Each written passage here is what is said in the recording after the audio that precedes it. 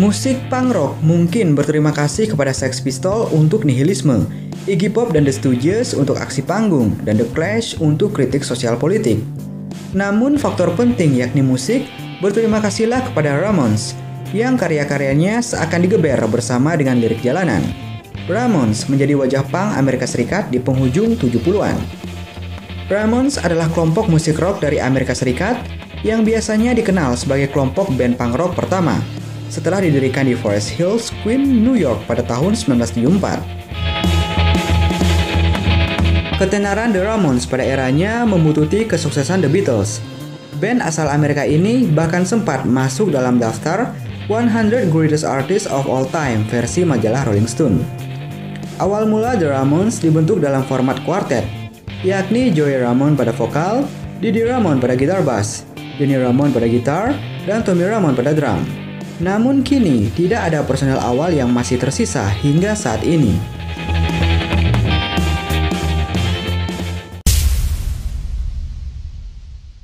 Ramones juga memiliki wajah sendiri, yakni sang frontman Joey Ramone. Memiliki nama asli Geoffrey Ross Hyman, Joey lahir pada 19 Mei tahun 1951. Ia tumbuh di keluarga Yahudi New York, tepatnya di Queens. Di sana, ia bersekolah di Forest Hills High School, juga menjadi tempat bertemunya para anggota Ramones. Pada awal meniti karir, Joey tergabung dalam band glam rock bernama Sniper di tahun 1972. Di band itu, ia bersama Frank Invade yang kelak bergabung dengan Blondie. Saat itu, Joey menggunakan nama panggung Jeff Starship. Karena mengusung musik glam, tentunya Joey wajib mengenakan kostum gemerlap seperti jumpsuit hitam dan pink, boots dengan hak tinggi, serta sabuk dan sarung tangan kerlap-kerlip. Sniper menjelajahi panggung-panggung Max, Club 82, dan tentunya CBGB bersama sejawatnya New York Dolls. Pada tahun 1974, Joey memutuskan hengkang dan mendirikan band yang lebih jalanan. Awalnya merupakan band garasi yang didirikan dua bocah SMA, bernama John Cumming dan Thomas Earl Yee. Kelak dua bocah itu lebih dikenal dengan nama Johnny Ramone dan Tommy Ramone.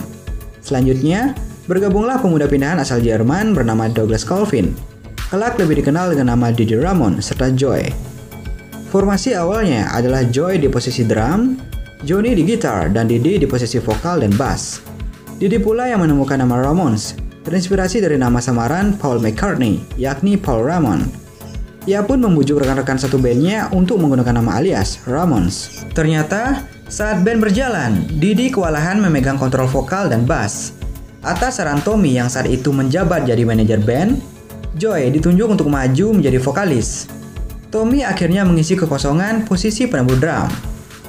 Dengan formasi yang telah terbentuk, Ramones mulai melaju di klub-klub penting di New York.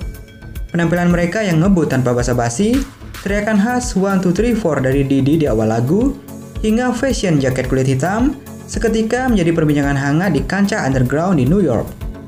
Ramones menjadi garda depan kancah punk rock yang saat itu mulai marak. Tahun 1976, album debut Ramones akhirnya lahir lewat Sire Record. Seketika album tersebut jadi perbincangan, serta diulas di mana-mana. Joey dan kawan-kawan mulai mencetak nama di belantika rock Amerika Serikat.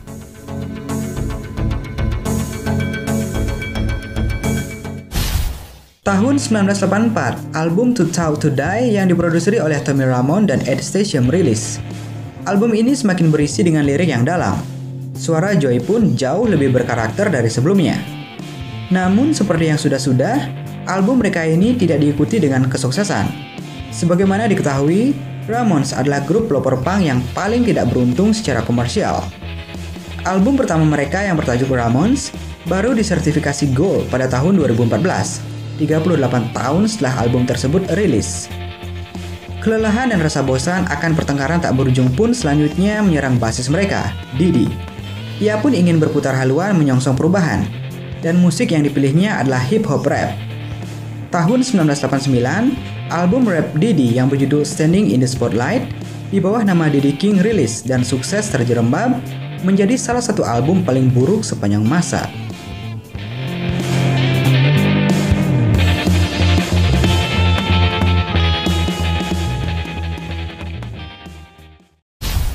Bersama Sire, The Ramones membuat beberapa album dari Pleasant Dreams 1981, Subterranean Jungle 1983, Animal Boys 1986, Halfway to Sanity 1987, hingga Brain Drain 1989. Dalam album-album tersebut, musik The Ramones kian bertransformasi, keras dan agresif, kendati tak mengubah signature mereka sejak semula. Di antara album yang dibuat, End of Century 1980 seringkali dipandang sebagai album tersukses. Pasalnya, album ini berhasil duduk di nomor 44 tanggal lagu Billboard 200, lebih tinggi ketimbang album The Ramones yang lain. Seiring ketenaran yang menjulang, masalah demi masalah tak luput hinggap di tubuh The Ramones. Dari keluarnya Tommy, konflik Johnny Joy akibat urusan asmara, maupun ketergantungan akut Didi terhadap kokain. Tapi faktor yang berpengaruh signifikan dalam retaknya internal The Ramones ialah sikap Johnny yang dinilai suka bertindak semena-mena. Johnny selalu pemimpin de facto The Ramones, tulis Michael Gilmore dalam The Curse of the Ramones, yang dipublikasikan Rolling Stone memerintah band dengan tangan besi. Johnny ambil contoh, tak ragu memberi denda pada tiap personil ketika datang latihan terlambat. Johnny tak takut pula menghajar rekan satu bandnya atau orang lain bila kedapatan bikin dirinya muak.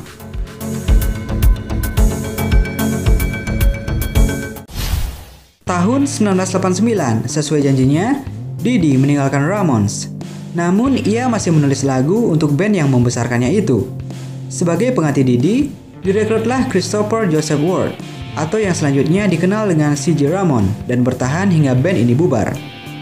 Akhirnya, Johnny lah yang memutuskan akan bertahan pada grup punk yang telah mempengaruhi banyak musisi dunia, seperti Nirvana, Metallica, U2 sampai Green Day itu. Dan rupanya tanggal 6 Agustus 1996 adalah tanggal yang dipilih Johnny untuk membubarkan band mereka.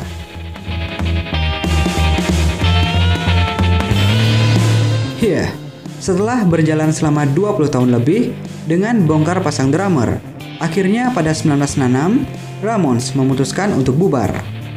Ramones, band punk pertama di Amerika Serikat itu pun bubar, tak lama ketika Joy meninggalkan band tersebut. Joy tidak pernah akan tergantikan oleh siapapun. Begitulah pengakuan Johnny. Walaupun mereka saling benci, namun mereka tetap percaya bahwa Ramones adalah rumah mereka yang sebenarnya. Tempat di mana mereka saling terhubung dengan melakukan sesuatu yang besar untuk dunia musik, khususnya punk.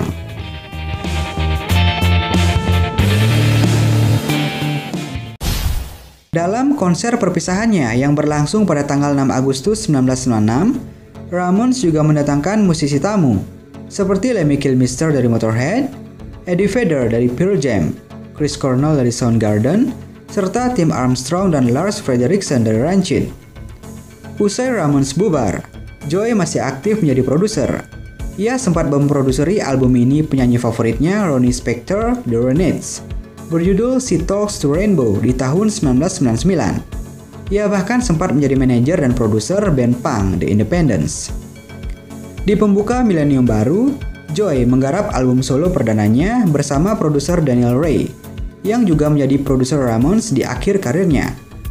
Album yang kelak berjudul Don't Worry About Me itu memuat dua lagu cover, yakni What a Wonderful World milik Louis Armstrong dan 1969 dari The Stooges.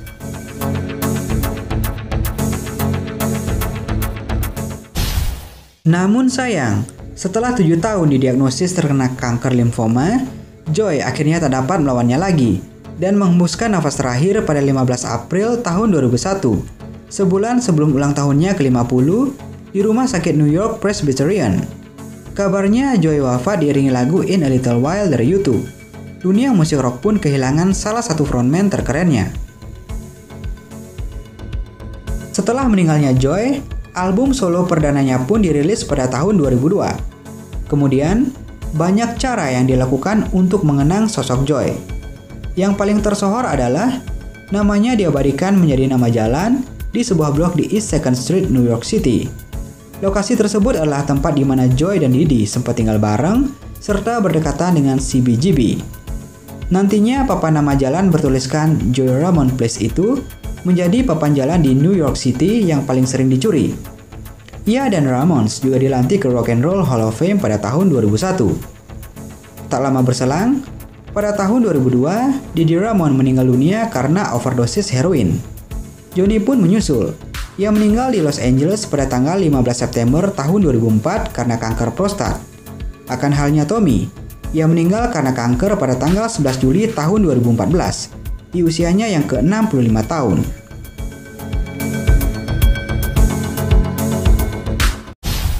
Jaket kulit hitam, jeans, sneakers, tatapan arogan, plus tangan dimasukkan ke jaket, latar belakang sebuah gedung tua penuh dengan bata dan vandalisme pemuda sekitar, membuat image punk makin terlihat. Tak lain dan tak bukan adalah foto legendaris Ramones yang dijadikan debut album mereka. Memang nggak salah pilih, benar-benar punk rock. Tapi tahukah kalian, foto legendaris non-ikonik tersebut dipotret oleh seorang fotografer bernama Roberta Bailey. Roberta memang fotografer spesialis punk. Selain Ramones, ia juga menyumbangkan jasa untuk Iggy Pop, Blondie, Richard Hell, Elvis Costello, The Sex Pistols, Johnny Thunders and the Heartbreakers, dan banyak band punk lainnya. Uniknya, untuk foto cover Ramones itu semuanya tanpa perencanaan. Ramones sendiri yang memilih karya Roberta sebagai cover debut album mereka. Roberta sendiri sadar foto itu memang bukan sebuah foto biasa. Bahkan ia mengakui, itu adalah salah satu karyanya yang paling sempurna.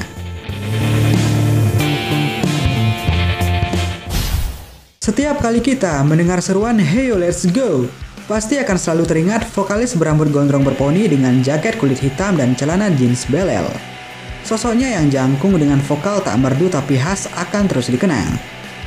Keempat Ramones telah pergi untuk selamanya.